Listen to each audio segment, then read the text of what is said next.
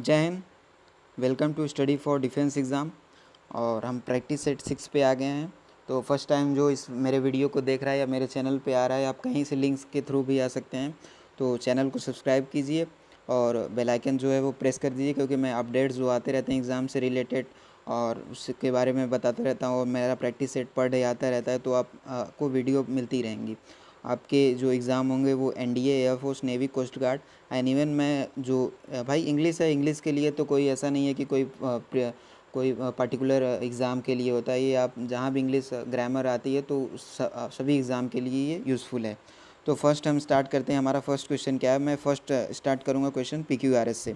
तो PQRS मैंने जैसा कल बताया था, PQRS को कैसे सॉल्व किया जाता है। तो PQRS के लिए आपको ग्रामर की अच्छी नॉलेज होनी चाहिए और कुछ जैसे PQRS में दो चीज़ें होती हैं। एक जंबल्ड पैराग्राफ। पैराग्राफ का मतलब क्या होता है? वो मतलब चलते रहते हैं, वो फुल स्टॉप करके रुकते नहीं हैं, ऐसा होता है। और जंबल्ड सेंटेंस क्या होते हैं? वो जो मतलब एक सेंटेंस ख़त्म होगा, फुल स्टॉप होगा, फिर नेक्स्ट सेंटेंस स्टार्ट होगा, तो उसे जंबल्ड सेंटेंस कहते हैं। और जंबल्ड सेंटेंस को हल करने का जो आसान तरीका होता है, उसमें जो वर्ड होती हैं, वर्ड को बहुत जल्दी से मतलब वर्ड मैचिंग करेंगे। कोई वर्ड मान लीजिए आएगा, फिर किसी दूसरे सेंटेंस में सेम वर्ड का प्रयोग किया गया है, तो वर्ड से कर सकते हैं। और आप कुछ ग्रामर के रूल से भी कर सकते हैं। ठीक है, तो नाउ फर्स्ट क्वेश्चन पे हम चलते हैं। फर्स्ट हमारा क्या कह रहा है? India is rapidly coming under the influence of westernisation culture. Earlier India had its own moral and social values. This change, तो दिस चेंज से यहाँ पे आप पकड़ सकते हैं कि दिस चेंज यहाँ आया है तो मतलब चेंज कहीं आएगा। Can be seen in our education system, marriages, food habits and daily routine, but today they have change. मतलब यहाँ पे देख सकते हैं यह क्या है। पहला सेंटेंस हमारा क्या है? इंडिया इज़ रेपिडली वाला है। अर्लियर से पी से स्टार्ट होगा। दिस चेंज वाला क्यों सेंटेंस है। फिर बट वाला आर है, यहाँ पे देख सकते हैं ये आर वाला सेंटेंस है। और यस यहाँ द एफर्ट ऐसे है। यहाँ पे ये कट गया PQRS में लिख दिया, एक बार आप समझ सकते हैं। अच्छा, तो द चेंज और दिस चेंज से यहाँ पे चेंज यहाँ पे लिखा गया, तो दिस चेंज मतलब जो आर है उसके बाद ही पी आएगा। अच्छा, नेक्स्ट पे चलते हैं। द इफेक्ट ऑफ वेस्टर्नाइजेशन यहाँ से आप पकड़ सकते हैं। मतलब कि जो सेंटेंस हमारा स्टार्ट होगा वो एस से स्टार्ट होगा, और एस से स्टार्ट होगा, और ये आर के बाद आर के बाद क्यू का होना कंपलसरी है। आर में क्या है? आर में यहाँ पे देख सकते हैं मतलब सॉरी एस आर में है चेंज, और जो क्यू में है उसमें दिस चेंज है। आर में चेंज लिखा गया है और क्यू में दिस चेंज लिखा गया है। तो मतलब आर के बाद क्यू होगा और सेंटेंस जो स्टार्ट होगा ऐसे होगा, क्योंकि यहाँ वेस्टर्नाइजेशन का यहाँ भी प्रयोग किया गया, यहाँ पर भी। तो सेंटेंस स्टार्ट आई एस से होगा, तो एक ही सेंटेंस स्टार्ट एस से है और आर के बाद क्यों होगा, मैंने कहा था। आर के बाद क्यों एक इसमें है, एक इसमें। पी से स्टार्ट नहीं होगा, क्योंकि पी का सेंटेंस देख सकते हैं। पी क्या है? अर्लियर इंडिया है, मतलब शीघ्र ही, मतलब सेंटेंस के पहले बनाएगा उसके बाद ही कहेंगे ना हम। शीघ्र ही India its own moral and social values पे जा रहा है, तो पहले एक सेंटेंस आएगा तभी तो कहेंगे जो। और वो सेंटेंस कौन सा होगा? तो वो सेंटेंस होगा हमारा एस होगा। एस के बाद पी आएगा, फिर और या क्यों। तो first option is correct one. Now next पे चलते हैं। Grandpa had some old clothes but my mother took them and kept them neatly folded in cupboard again. मतलब उन्हें रख दिया। So he threw them into the basket, मतलब उन्होंने फिर उसे बास्केट में थ्रू कर दिया। तो इस बास्केट में थ्रू करने से सेंटेंस हो रहा है कि इसके बाद ये सेंटेंस आ सकता है। अच्छा, ये सेंटेंस स्टार्ट नहीं होगा, पी से तो स्टार्ट नहीं करेंगे। क्यू ये हो गया, आर ये हो गया, और एस ये है, तो पी से स्टार्ट नहीं करेंगे, क्योंकि पी में भाई बट कह रहा है। और बट क्या होता है? कंट्राडिक्शन दिखाता है, शो करता है। मतलब पहले कोई सेंटेंस आएगा उसको हम बट से मतलब उसका अपोज करेंगे। तो बस से पी से स्टार्ट नहीं होगा। अच्छा, क्यू से स्टार्ट हो सकता है, आर से भी स्टार्ट हो सकता है, क्योंकि आर में कह रहा है so he put the clothing into the family bags of items to donate to charity. मतलब उनके पास ओल्ड क्लॉथ्स थे, या तो उन्होंने फेंक दिया बास्केट में, या तो उन्होंने चैरिटी वाले में रख दिया बैग में, उसे डोनेट करने के लिए। अच्छा, यस क्या कह रहा है? My mother found them and put them back in basket. तो फाउंड कब होगा? जब हम कहीं रखेंगे, या तो उन्होंने बैग आइटम चैरिटी वाले बॉक्स में रखा हो, या तो वेस्ट बास्केट में रखा हो, तभी वो फाउंड करेंगी मदर। तो एस से स्टार्ट नहीं होगा और पी से स्टार्ट नहीं होगा, या तो स्टार्ट होगा क्यू से या आर से होगा। अच्छा, क्यू और आर देख लेते हैं। क्यू और किस में है? क्यों और दो ऑप्शन में आर या क्यों, क्यों के आर के बाद भी यस है, क्यों के बाद भी यस है। अच्छा, अब कोई हम यहाँ पे ये देख सकते हैं। अच्छा, यहाँ हो गया। तो अब ये सेंटेंस कह रहा है my mother found them and put them back in basket. और यहाँ पे कह रहा है जब हम ये सेंटेंस पढ़ेंगे, but my mother took them and out and kept them neatly folded in cupboard again. मतलब वो जो मदर है उन्होंने तो लिया उसे और फिर कपबोर्ड में अगेन फिर से रख दिया। तो वो फाउंड करेंगी तभी तो रखेंगी ना भाई। तो इसका मतलब हमारा क्या होगा, क्यू के बाद एस होगा, फिर आर होगा, फिर पी होगा। अच्छा, फिर मैं यहाँ पे एक बार लिख देता हूँ, पी क्यू आर और एस। तो पी हमारा ये है, क्यू हमारा ये है, आर हमारा ये है, एस हमारा ये है। ठीक है, तो क्यों से स्टार्ट करेंगे। सो ही थ्रू, मतलब उनके पास ओल्ड क्लास थे तभी उन्होंने बास्केट में, वेस्ट बास्केट में डाल दिया। अच्छा, उसके बाद क्या होगा, जब क्यू के बाद एस पे जाएंगे अब, फिर my mother found them and put them back in basket, sorry family basket में उन्होंने रखा, सॉरी हिज बास्केट, यहाँ इन हिज कट गया है, इन के बाद हिज है यहाँ पे, इन हिज बास्केट, उनके फिर से बॉक्स में रख दिया, क्योंकि उन्होंने कहीं मतलब फेंका था जहाँ वेस्ट बास्केट था उस वहाँ पे उन्होंने फेंका, थ्रू किया। बट मॉम ने उन्हें क्या कहाँ पे रख दिया, इन हिज बास्केट, उनके फिर से बास्केट में रख दिया, ग्रैंडफा के। एंड इसके बाद क्या है, क्यू एस के बाद आर है। So he put them clothing into the families bag items donate to charity. मतलब फिर उन्होंने क्या किया, चैरिटी वाले बॉक्स में रख दिया डोनेट करने के लिए। फिर लास्ट में क्या जाएगा, P but my mother took them again. यहाँ पे इससे भी सेंटेंस कह सकते हैं कि एक बार मॉम कहीं रखेंगी तभी तो फाइंड करेंगी, तो एस के बाद ही पी का होना ज़रूरी था। मतलब एस के बाद भी पी हो सकता है, इससे पहले पी नहीं आएगा। ओके, तो यहाँ पे आप देख सकते हैं, तो क्या हो जाएगा sentence, Q S R P, Q S R P. अच्छा, एस के बाद कंपलसरी नहीं है कि एस के जस्ट बाद पी आए, बट क्या होगा कि एस के बाद आएगा लेकिन उसके बीच में आर क्या कुछ भी आ सकता है, ऐसा मैंने कहा। ठीक है, तो ऑप्शन आपका कौन सा करेक्ट हो जाएगा, डी। नाउ नेक्स्ट पे चलते हैं। अगर आपको न समझ में आया तो आप क्वेश्चन पूछ सकते हैं कि आपको कहाँ डाउट हुआ, मैं फिर से उसे बता दूंगा वहाँ पे, या तो नेक्स्ट वीडियो में, या आप कहीं मेरे ग्रुप में अगर ज्वाइन होंगे तो वहाँ पे आप कुछ क्वेश्चन, पर्टिकुलर क्वेश्चन लेके पूछ सकते हैं, तो मैं वहाँ पे आपको सॉल्व करके बता दूंगा। Okay, the pyramid are beautiful enormous structures. A mummy is the dead body of a human being to which oils and species have been applied to prevent it from decaying मतलब उन्हें ख़राब होने से बचाया जाता है, जो ऑयल लगाया जाता था। They are the tombs of the old kings of Egypt who were called the pharaohs, जिन्हें क्या कहा जाता है, pharaohs. These mummies were placed. अच्छा, यहाँ पे एक ममी आया है, द दीज ममीज़ आया है, तो यहाँ से भी आप पकड़ सकते हैं, लेकिन आगे शायद कुछ और सेंटेंस पढ़ते हैं। These mummies were placed inside these great pyramids. अच्छा, पिरामिड से भी आप कह सकते हैं, पिरामिड शायद कहीं आया था, द पिरामिड। अच्छा, और नेक्स्ट पे चलते हैं, द बॉडीज़ ऑफ द पराउज। यहाँ अच्छा, पराउज से भी कह सकते हैं, द पराउज है, और पराउज द पराउज यहाँ भी है। तो यहाँ पे ये कह सकते हैं कि पी मम्मी से स्टार्ट हो रहा है, और उसके बाद क्यू ये हो गया, आर हमारा ये हो गया, एस हमारा ये हो गया। तो हम ये कह सकते हैं कि एस के बाद या तो ये हो सकता है भाई पराउज है, और क्यू और एस पास में आ सकते हैं। अच्छा, नेक्स्ट क्या कह रहा है, ममीज़ यहाँ पे भी है। देखिए यहाँ पर the bodies of the pharaohs were made into mummies, यहाँ पे ममीज़ और दीज ममीज़, मतलब एस के बाद आर का होना कंपलसरी है। कंपलसरी जब मैं कह दूँ तब जस्ट उसी के बाद आएगा, क्योंकि नाउन और जैसे कोई भी नाउन आया उसके बाद कोई हम जैसे हम कह सकते हैं आर्टिकल, या ये कह सकते हैं किसी भी ऐसे वर्ड का प्रयोग, जैसे दीज का प्रयोग किया गया है, एंटीसीडेंट हम कह सकते हैं, उनका प्रयोग करके नाउन का फिर प्रयोग किया जाए तो ये सेंटेंस साथ साथ रहते हैं, ये ग्रामर कहती है। तो एस के बाद जो है हमारा वो क्यू हो सकता है। एस के बाद क्या हो सकता है, सॉरी यहाँ पे आप देख सकते हैं एस हमारा क्या है, ममीज़ वाला है, और द ममी दीज ममीज़ वाला कौन सा है, आर। एस के बाद आर का होना ज़रूरी कंपलसरी है, तो एस के बाद आर कौन से ऑप्शन में चेक कर सकते हैं, एस के बाद आर एक ही ऑप्शन में है जस्ट, तो हमारा D option is correct one हो जाएगा, सॉरी। अच्छा, और कोई भी सेंटेंस दे सकते हैं कि भाई एक और यहाँ पे आया था कि अ मम्मी भी आया था, तो उससे भी हम कह सकते हैं कि अ मम्मीज़ या दीज ममीज़ के साथ जा सकता है। अच्छा, पराउज से हम देखें तो द पराउज और पराउज यहाँ पे भी क्यू और एस में एक बार यहाँ पे द पराउज यहाँ पे आया है और कहाँ पे आया था, यहाँ पे, मतलब क्यू और एस भी आ सकते हैं साथ में। तो क्यू और एस साथ में कहाँ कहाँ है वो देख सकते हैं, क्यू और एस इसमें है और इसमें है।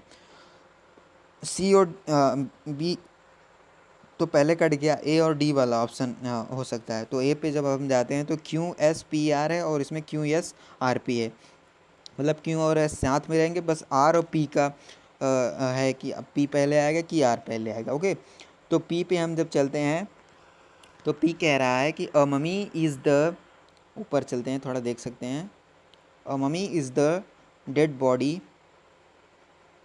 of a human being which oils and species have been applied to prevent it from decaying। और P के बाद हमारा क्या है, P और R में ही गड़बड़ था, Q तो हो गया है, ये S के बाद ही Q आएगा।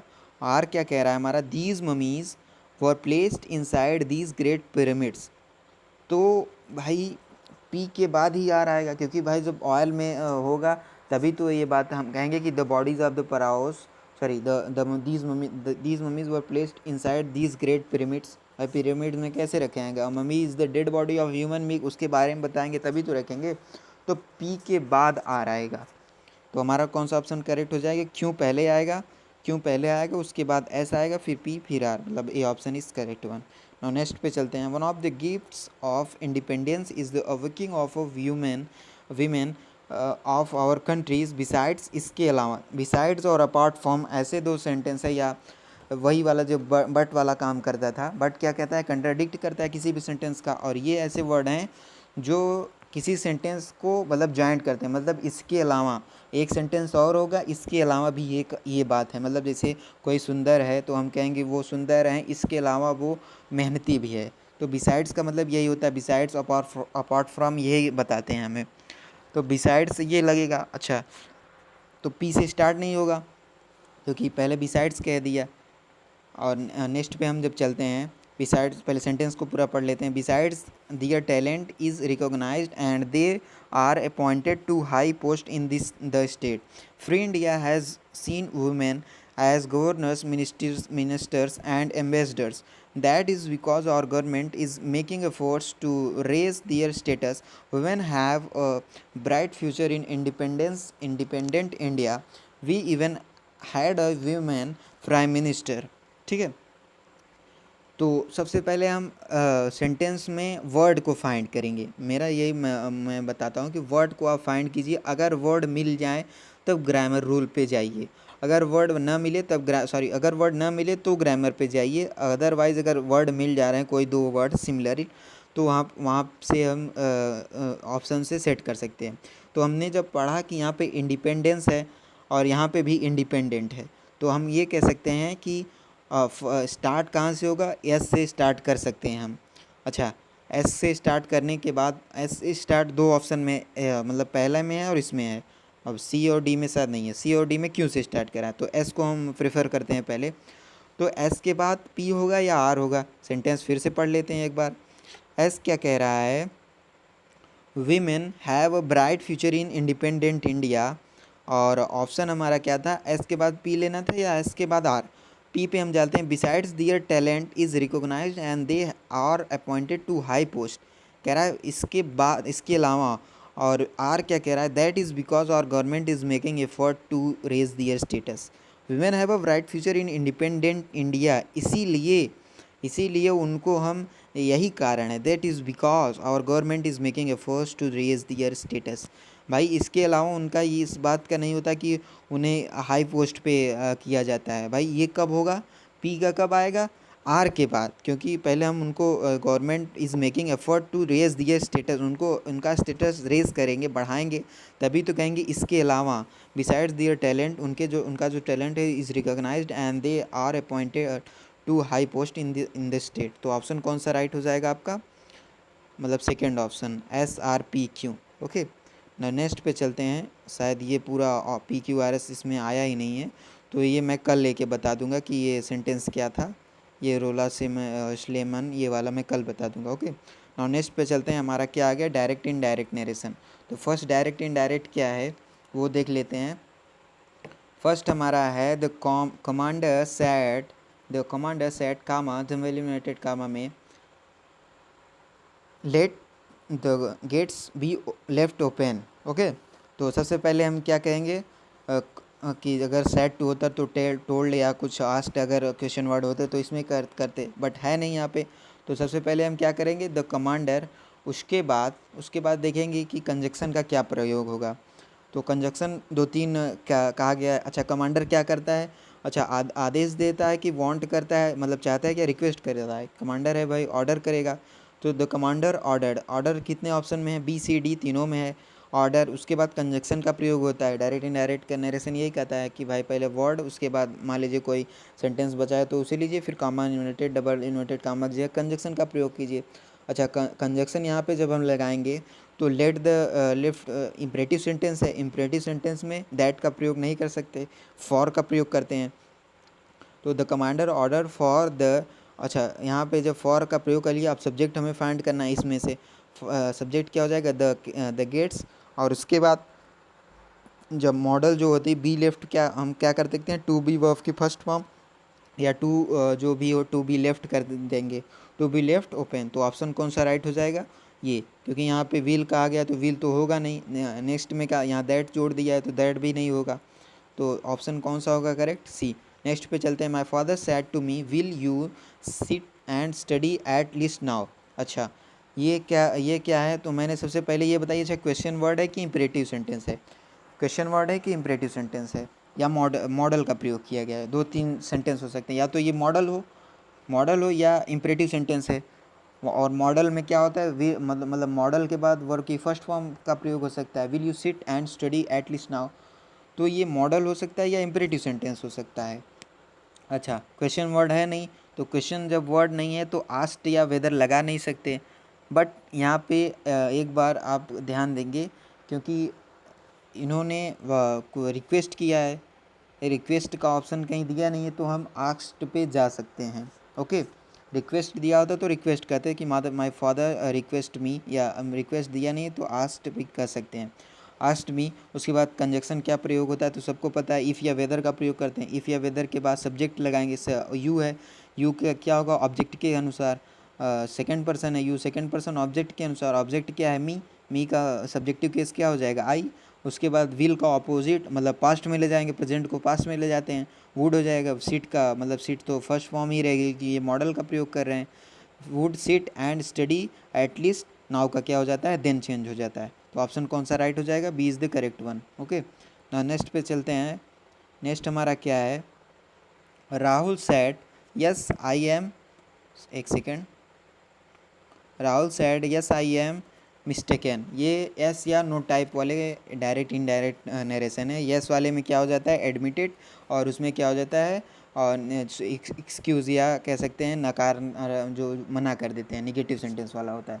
तो इसमें क्या कहेगा कि राहुल एस है तो सेड को हम पहले किसी वर्ड में चेंज करेंगे, तो राहुल एडमिटेड। उसके बाद कंजक्शन का प्रयोग करेंगे, दैट राहुल से एडमिटेड, दैट कौन से ऑप्शन में, या तो पहला या चौथा, ये दोनों तो कट गए क्योंकि सैड ही लगाया। राहुल एडमिटेड दैट, उसके बाद फर्स्ट पर्सन, सब्जेक्ट को चेंज करेंगे। फर्स्ट पर्सन किससे अनुसार होता है, सब्जेक्ट के अनुसार। सब्जेक्ट क्या है, राहुल के अकॉर्डिंग क्या हो जाएगा, ही। उसके बाद एम, इसमें आई एम था तो यहाँ पे जब आएगा तो पास्ट में जाएगा, वॉज हो जाएगा, ही वॉज मिस्टेकन, बट यहाँ पे आई ही रखा है क्योंकि इसने सब्जेक्ट को चेंज नहीं किया। तो ऑप्शन कौन सा करेक्ट हो जाएगा, D is the correct one. Next पे चलते हैं, they are let see has already told us. अच्छा, यहाँ पे कामा डबल इन्वर्टेड कामा वाला सेंटेंस लास्ट में होता है, पहले जो सेंटेंस स्टार्ट हो रहा है उससे करेंगे। तो सी हैज़ ऑलरेडी टोल्ड अस को चेंज करेंगे, तो सी हैज़ ऑलरेडी टोल्ड अस। उसके बाद दैट का प्रयोग करेंगे। दैट यहाँ पे दिया है, यहाँ पे एक से यहाँ पे दिया है, और किसी में दैट का प्रयोग किया गया नहीं है। अच्छा, she has already told us that. उसके बाद यहाँ पे दे आर लेट, यही हो जाएगा सेंटेंस। ओके, तो आपका कौन सा करेक्ट वन हो जाएगा, C is the correct one. Next पे चलते हैं, the teacher said to him do not go out, ये इम्परेटिव सेंटेंस है। अच्छा, इम्परेटिव सेंटेंस में क्या होता है, कभी कभी इम्परेटिव सेंटेंस को डायरेक्ट हम डू नॉट से ही कर सकते हैं अगर कोई ऑप्शन न दिया हो। मतलब अगर सब ये जो पहला सेंटेंस है ये एडवाइस या टोल्ड में चेंज होगा, तो जब हम इसको पढ़ते हैं, सॉरी टोल्ड में चेंज हो गया, एडवाइस या रिक्वेस्ट हम कब लगाते हैं? जब क्वेश्चन वर्ड हो। तो क्वेश्चन वर्ड है नहीं, इम्परेटिव सेंटेंस है ये। इम्परेटिव सेंटेंस में टोल्ड लगाते हैं तो द टीचर टोल्ड हिम हो जाएगा। उसके बाद क्या होता है, टू प्लस वर्ब की फर्स्ट फॉर्म से शुरुआत होता है इम्परेटिव सेंटेंस। अगर निगेटिव सेंटेंस हो न, अगर ये ना हो तो निगेटिव वाला, तो यहाँ पे दिया नहीं गया है, क्योंकि टोल्ड वाले ऑप्शन में जब हमने देखा तो डू नॉट गो दिया और सब एडवाइस या ऑर्डर या कमांड लगा है, तो हमें मजबूरन इस पे ऑप्शन पे जाना पड़ेगा। अगर किसी ऑप्शन में टोल्ड करके दिया होता तो नॉट, यहाँ पे अगर कहा होता the teacher told him not to go out, तो हम इस ऑप्शन पे प्रेफर कर सकते थे। बट यहाँ पे दिया नहीं है तो हम यही ऑप्शन करेंगे, do not go out. Okay, और नेक्स्ट पे चलते हैं। हमारा क्या है, वन वर्ड आ गया। फर्स्ट वन वर्ड है one who is known widely but usually unfavourable, मतलब जो वाइडली जाना जाता हो बट यूजली अनफेवरेबली, उसे क्या कहते हैं? देखिए, नोटोरियस तो आपका शरारती हो जाता है, और ये फेमस तो प्रसिद्ध हो जाता है। तो क्या हो जाएगा आपका, one who is known widely but usually unfavourably, तो उसे हम कह सकते हैं, आप नोटोरियस पे भी कह सकते हैं, क्योंकि वो प्रतिकूल अपोजिट साइड का कहते हैं उसे। अच्छा, टार्निस्ट का क्या क्या क्या मतलब होता है? कलंकित कहते हैं इसे, टार्निस्ट को कलंकित कहते हैं, जो मतलब अपने समाज को या किसी को ख़राब कर दे, उसे हम कलंकित कहते हैं, टार्निस्ट कहते हैं। अच्छा, नेक्स्ट पे क्या कहते हैं, नेक्स्ट क्या है, रब और वाइप आउट, इसे हम क्या कहते हैं, इफेस कहते हैं। इफेस। प्लंडर क्या क्या मतलब है, लूट, LOT, ये मीनिंग ही है। रिमूव हटाना, टर्मिनेट क्या होता है, ख़त्म करना, ये भी एक प्रकार का रिमूव होता है। नो लॉन्गर इन एग्जिस्टेंस और यूज़, इसे क्या कहते हैं, ऑब्सोलीट कहते हैं। डिलीट तो ख़त्म होता है। अच्छा, इनएफिशिएंट मतलब अपर्याप्त होता है। ओके, नाउ नेक्स्ट पे चलते हैं। Too willing to obey other people, इसको क्या कहते हैं, सब सर्वियंट कहते हैं। Too willing to obey other people मतलब किसी का आज्ञा मानना, तो उसे क्या कहते हैं, सब सर्वियंट। ओके। अच्छा, सब्जुगेट क्या होता है, सब्जुगेट क्या होता है, अकॉर्डिंग टू योर, या क्या कह सकते हैं हिंदी में, अपने अधीन करना। टू डिस्ट्रॉय, नेक्स्ट क्या है, टू डिस्ट्रॉय कम्प्लीटली, इसे क्या कहते हैं, एनिहिलेट, मतलब कम्प्लीटली डिस्ट्रॉय हो जाना। अच्छा, चाइड क्या क्या मतलब है, रेप्रीमेंड कह सकते हैं, चाइड रेप्रीमेंड, इसका क्या मतलब होता है, डांटना जिसे कहते हैं। अच्छा, ब्लस्टर क्या होता है, ब्लस्टर क्या होता है, आक्रामक जिसे कहते हैं, ब्लस्टर आक्रामक, अटैक्टिव कहते हैं एक प्रकार का। ड्रेडवल क्या है, ड्रेडव इंडोलेंस कह सकते हैं आप, लेजी कह सकते हैं, इंडोलेंस, लेजी ये कह सकते हैं। ड्वेडल मतलब आलसी होता है। नेक्स्ट क्या है हमारा, a person who is very selective, disgusting, easily and to please, इसे क्या कहते हैं, मतलब तुनक मिजाजी हिंदी में कैसे हैं इसे, मतलब बहुत ही जल्दी चेंज होने वाला, इसे क्या कहते हैं, फास्टिडियस। एम्बिगुअस क्या होता है, अस्पष्ट, नॉट क्लियर होता है। अच्छा, मिसैंथ्रोपी क्या होता है, दूसरों का भला जो न करे, मतलब मिसैंथ्रोपी ये होता है जो दूसरों का अच्छा न चाहे, वही। अच्छा, नेक्स्ट हमारा क्या है, नेक्स्ट हमारा है एक्टिव पैसिव। एक्टिव पैसिव पे जब हम चलते हैं तो हमारा फर्स्ट एक्टिव पैसिव, मैंने एक बार आज फिर से रिकॉल कर देता हूँ जो कल मैंने बताया था, कि पैसिव को पहचानने का सबसे बेस्ट तरीका है बी फॉर्म के बाद वर्ब की थर्ड फॉर्म हो। अच्छा, बी के कौन कौन से फॉर्म होते हैं, तो बी के कुछ फॉर्म होते हैं। पहला होता है इज़ एम आर हो, या वॉज वर हो, या बीन बीइंग हो। बीन हो, एक सेकेंड, या तो आपका बीन हो या फिर बीइंग हो, इसके बाद अगर वर्ब की थर्ड फॉर्म आ जाती है तो उसे पैसिव सेंटेंस कहते हैं। अच्छा, तो फर्स्ट सेंटेंस है who had laughed at you, मतलब बी का फॉर्म के बाद वर्ब की थर्ड फॉर्म नहीं है तो ये एक्टिव है।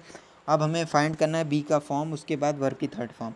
तो जो ये परफेक्ट है, परफेक्ट सेंटेंस, उसमें क्या होगा, इसका हैड का क्या हो जाता है चेंज, हैड बीन वर्ब की थर्ड फॉर्म में चेंज हो जाता है। हैड बीन वर्ब की थर्ड फॉर्म में देख सकते हैं कहाँ है, तो यहाँ पे है और यहाँ पे। अच्छा, सबसे पहले क्या होगा, जो बाई होम के बाद सब्जेक्ट का प्रयोग होगा, उसके बाद सॉरी बाई होम के बाद वर्ब, उसके बाद हेल्पिंग वर्ब या ऑक्सिलरी वर्ब कह सकते हैं इसे, उसके बाद सब्जेक्टिव केस, फिर उसके बाद बीन, फिर लॉफ्ट एट, ना कि ऐसा नहीं कि आप जोड़ सकते हैं।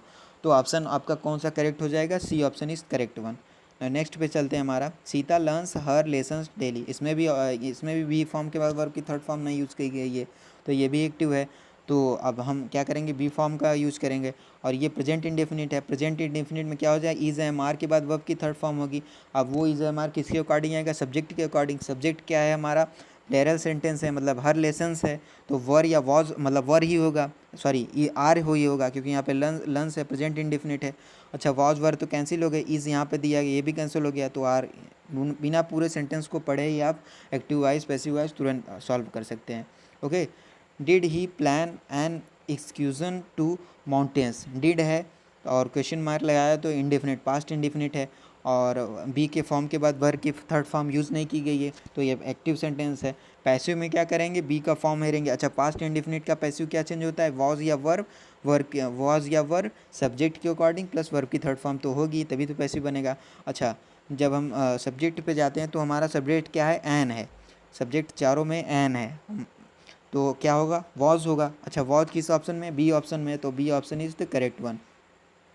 नेक्स्ट पे चलते हैं, हमारा क्या है नेक्स्ट, यहाँ पे पूरा शायद दिया नहीं, नहीं यही वाला है इवन, सॉरी ये यहाँ पे है आई डोंट इवन, ये वाला I didn't speak even a single word in the meeting. यहाँ भी आप पकड़ सकते हैं भाई, डिडेंट कहा गया है तो मतलब बी के फॉर्म की बाद वर्ब की थर्ड फॉर्म यूज़ नहीं है, पास्ट इंडिफिनिट है, एक्टिव सेंटेंस है। पैसिव में क्या होगा, डिडेंट मतलब पास्ट इंडिफिनिट का क्या होगा, वॉज या वर्ब की थर्ड फॉर्म। अब सब्जेक्ट फाइंड करेंगे, सब्जेक्ट हमारा क्या है, इवन अ सिंगल वर्ड, तो इवन अ सिंगल वर्ड क्या होता है, मतलब सिंगुलर होता है, सिंगुलर के लिए हम क्या करेंगे, वॉज करेंगे। वॉज किसी में है, वॉज इसमें हैज़ नॉट दिया, हैड नॉट, वॉज इसी में दिया गया, तो option D is the correct one. अच्छा हूँ और द सर्टेंस यस्टरडे, तो इसमें क्या हो जाता है, बाई हुम हो जाएगा और उसके बाद इज़ वॉज या वर लगाएंगे, ये आप बता सकते हैं। सर्टेंस है मतलब यस या ईस लगा है तो प्रेजेंट इंडिफिनिट है, प्रेजेंट इंडिफिनिट का वॉज या सॉरी इज़ या आर होगा, और एक ही ऑप्शन में दिख रहा है आर, तो क्या हो जाएगा, सॉरी यहाँ पे थोड़ा चेंजिंग है क्योंकि द कर्टेंस यस्टरडे, यस्टरडे कह रहा है, हु टोर, वर्ब आपका टोर है, और ये तो सब्जेक्ट का प्रयोग कर रहा है, एक सेकंड, ये तो सब्जेक्ट हो गया, टोर क्या है आपका वर्ब है और जो कि पास्ट का है, पास्ट का पास्ट इंडेफिनिट का है, और ये स्टडी भी बता रहे हैं, यहाँ पे से भी आप चेक कर सकते हैं। तो हमारा वॉज या वर्ब होगा। अब हम सब्जेक्ट पे के पास जाते हैं, तो सब्जेक्ट हमारा क्या है, द कर्टेंस, द सर्टेंस है, मतलब प्लूरल सब्जेक्ट है, तो हम वर्ब का ही प्रयोग करेंगे। वर किस ऑप्शन में, तीन ऑप्शन में है, वर यहाँ भी है, वर यहाँ भी इसमें आ रही है, तो ये कट गया, और यहाँ भी है, तो बाई हूँ वर द सर्टेंस, उसके बाद क्या हो जाएगा, वर्ब की थर्ड फॉर्म, और टीयर का मतलब टोर का वर्ड, ये थर्ड फॉर्म क्या होगा आपको पता होना चाहिए, टोर का टर्न हो जाता है वर्ब की थर्ड फॉर्म, फिर उसके बाद यस्टरडे, तो यहाँ पे सेंटेंस कौन सा राइट हो जाएगा, B is the correct one. Now next पे चलते हैं, और व्हीकल हैड बीन, तो बीन वर्ब की थर्ड फॉर्म, मतलब ये पैसिव में है, इसे हम एक्टिव में कन्वर्ट करेंगे। इसको एक्टिव में कब कन्वर्ट होगा, हैड वर्ब की थर्ड फॉर्म हो, हैड वर्ब की थर्ड फॉर्म का ही पैसिव में हैड बीन वर्ब की थर्ड फॉर्म बनाते हैं। हैड वर्ब की थर्ड फॉर्म देख लेते हैं, हैड वर्ब की थर्ड फॉर्म कहाँ है, एक ही ऑप्शन में है, पहले ऑप्शन में हैड वर्ब की थर्ड, इसमें हैज़ है, इसमें इज़ है, इसमें विल, ये तो कट गया, तो option one is correct one. I shall be oblige to go, तो सबसे पहले हम सेंटेंस को पढ़ते ही उसके बाद क्या देखेंगे कि भाई बी वर्ब के फॉर्म के बाद वर्ब की थर्ड फॉर्म है कि नहीं, तो है, तो इसका मतलब ये पैसिव है। अब हमें क्या करना है, इसका एक्टिव वाइज में बनाना है। एक्टिव वाइज में क्या होगा, ये मॉडल वाला था, मॉडल में ही होता है बी वर्ब के फॉर्म के बाद वर्ब की थर्ड फॉर्म ही यूज़ होती है, या टू बी वर्ब की फॉर्म के बाद वर्ब की थर्ड फॉर्म। तो मॉडल में जब हम कन्वर्ट करेंगे तो मॉडल सॉरी एक्टिव वॉइस में जब कन्वर्ट करेंगे तो विल सेल का या तो सेल रहे या विल हो जाए, वो सब्जेक्ट के अकॉर्डिंग होगा, और सब्जेक्ट हमारा चारों में सर्कमस्टेंसेस है, तो मे वुड वुड कुड वुड को का तो सेंटेंस ही कोई नहीं होगा, और यहाँ पे सेल था तो सेल मॉडल में क्या जाएगा, विल ओबलाइज हो जाएगा मी टू गो, मतलब D option is correct one. और नेक्स्ट पे चलते हैं, shut the door, shut the door क्या होता है, ये तो सबको पता ही रहता है, late the door be shut, ये तो रटा रहना चाहिए। अच्छा कैसे आता है वो देख सकते हैं, मॉडल के बाद वर्ब की थर्ड सॉरी बी फॉर्म के बाद वर्ब की थर्ड फॉर्म होनी चाहिए, बी फॉर्म के बाद वर्ब की थर्ड फॉर्म कौन कौन से ऑप्शन में भाई सबके। अच्छा शट का क्या होता है, शट से शट तीनों होता है, तो पहला ये कट गया। उसके बाद क्या होता है, लेट के बाद सब्जेक्ट होता है, फिर बी के बाद वर्ब की थर्ड फॉर्म होनी चाहिए। लेट डोर इसमें कह दिया, लेट डोर इसमें भी कह दिया, तो ये कट गया, तो लेट द डोर होना चाहिए, द डोर सब्जेक्ट चेंज नहीं होगा, ऐसा नहीं द डोर का द डोर है तो डोर कर दें, let the door be set हो जाएगा, option C is the correct one. B prohibit smoking, अच्छा यहाँ पे स्मोकिंग क्या होता है, अच्छा जिरंड मैं यहाँ पे बता दूँ वर्ब की आईएनजी फॉर्म क्या क्या होती है। वर्ब की आईएनजी फॉर्म तो एक तो या तो वर्ब हो वो, या तो आप जिरंड कह सकते हैं। जिरंड क्या होता है, एक प्रकार का नाउन होता है, या तो वो पार्टिसिपल हो, प्रेजेंट पार्टिसिपल जिसे कहते हैं। Present participle as an adjective का रोल भी करता है, एज एन नाउन का भी रोल कर सकता है प्रेजेंट पार्टिसिपल। जिरंड केवल नाउन का रोल करेगा, और वर्ब हो तो वर्ब तो होगी। तो यहाँ पे ये प्रेजेंट पार्टिसिपल है, और यहाँ ये क्या रोल कर रहा है, एडजेक्टिव का, क्योंकि वर्ब के बाद आया है। अब हम इसे सब्जेक्टिव बनाएंगे तो ये नाउन का रोल प्ले करने लगेगा। और स्मोकिंग जब होगा तो smoking is the singular noun, उसके अकॉर्डिंग हम क्या लेंगे, सिंगुलर वर्ब लेंगे, हेल्पिंग वर्ब जो लेंगे वो सिंगुलर लेंगे। अच्छा प्रोहिबिट क्या है, प्रेजेंट इंडिफिनिट में है, तो या तो इज़ होगा, इजी होगा, क्योंकि आर का हम ले नहीं सकते क्योंकि स्मोकिंग है। स्मोकिंग इज़, उसके बाद क्या हो जाएगा, स्मोकिंग इज़ बीइंग को आप प्रयोग नहीं करेंगे क्योंकि ये स्मोकिंग वर्ब नहीं है, आप ये मत सोचिए, क्योंकि ये पार्टिसिपल है, और यहाँ पार्टिसिपल के अकॉर्डिंग ये वर्ब में लगा है। वर्ब हमारा प्रोहिबिट है, तो क्या हो जाएगा, smoking is prohibited, B form के बाद वर्ब की थर्ड फॉर्म। और नेक्स्ट पे चलते हैं। नेक्स्ट हमारा क्या है, एरर, मतलब अब हमें इस एरर फाइंड करना है। तो फर्स्ट एरर हम देख सकते हैं, इन 20 रेक्स 5 लीव्स वर फॉर्चुनेटली लॉस्ट। जब हम क्या कहते हैं, कोई सेंटेंस जब हम कहते हैं तो जब सेंटेंस का प्रयोग होता है तो फॉर्चुनेटली होता ही नहीं है, हम क्या कहते हैं, अनफॉर्चुनेटली लॉस्ट हुआ है। तो यहाँ पे सेंटेंस का एक वर्ड का यहाँ पे एरर था, तो यहाँ अनफॉर्चुनेटली होगा।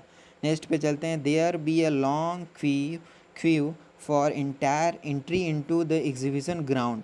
अच्छा, देयर के बाद जो प्रयोग होता है वो लिंकिंग वर्ब होती है, वो अकॉर्डिंग टू जो आगे नाउन का प्रयोग होता है उसके अकॉर्डिंग आते हैं। और बी यहाँ पे कोई वर्ब ही नहीं है, बी मॉडल के साथ आती है जब पैसिव वॉइस में बनाया जाता है, बट यहाँ पे बी का फॉर्म जो होता है, बी के फॉर्म का प्रयोग होता है जिन्हें हम लिंकिंग वर्ब कहते हैं।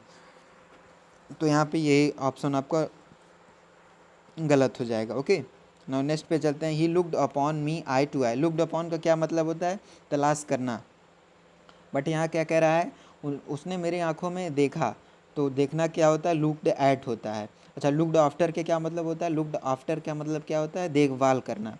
लुक्ड आफ्टर का मतलब देखभाल करना होता है, लुक्ड एट का मतलब होता है देखना, मतलब आई टू आँख में देखना जिसे कहते हैं।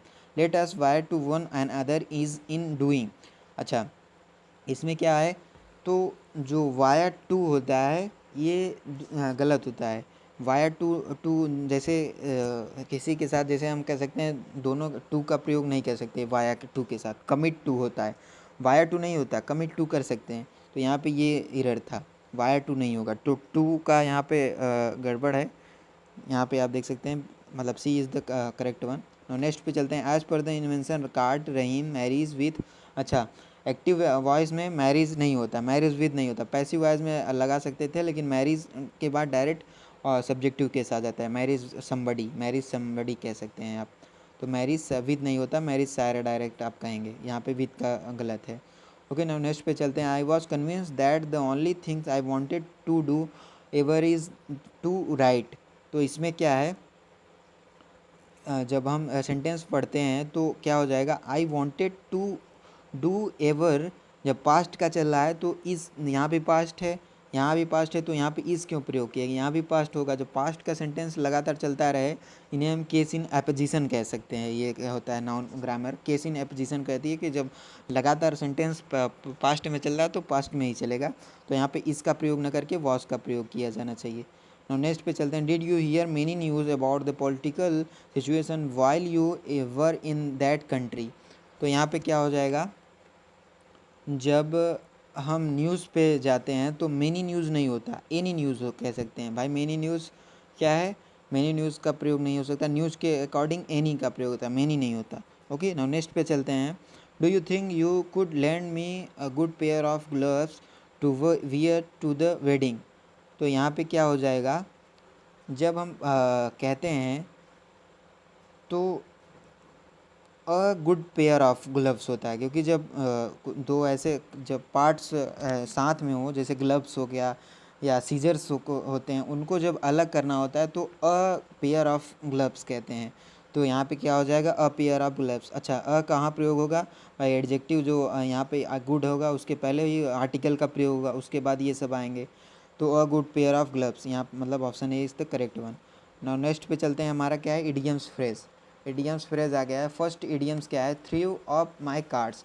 इसका मतलब क्या होता है, गिव अप माई प्लान, जिसे कहते हैं थ्रू अप माई कार्ड्स, मतलब मेरे कार्ड्स को थ्रू कीजिए, तो मतलब मेरे प्लान को गिव कीजिए, गिव अप माई प्लान। अच्छा, achieve of the old block, इसे क्या कहते हैं, मतलब जैसा हो, एक प्रकार के जैसा को तैसा, जैसे हिंदी में कहते हैं, मतलब इसको कह सकते हैं आप, जैसा बाप वैसा ही बेटा हो। तो आपका कौन सा हो जाएगा, someone similar in character to one's father, option A is the correct one. Now next पे चलते हैं, brought the house down. Brought the house का मतलब क्या होता है, अम्यूज द ऑडियंस ग्रेटली, ये होता है। डॉग इन मैनेजर क्या होता है, जब डॉग को ही हम मैनेजर बना देंगे तो भाई वो वैसे ही वो लोग एकदम सुस्त रहते हैं, तो वो क्या हो जाएगा, जब मैनेजर बनने के बाद वो सेल्फिश प्रकार का हो जाएगा, स्वार्थी हो जाएगा। तो कह सकते हैं dog in manager selfish. Vote with their feet का क्या मतलब होता है, मतलब अपने जो उनका डिसअप्रूवल है भाई, जो वोट हम करते हैं वो एग्री या नॉट एग्री दोनों में कह सकते हैं। तो दियर फीट का मतलब होता है कि अपने डिसअप्रूवल को दिखाइए। तो वोट विद दियर फीट का क्या मतलब है, show their disapproval. And finally subscribe my YouTube channel, join Telegram group for PDF and latest update. Thank you, जय हिंद।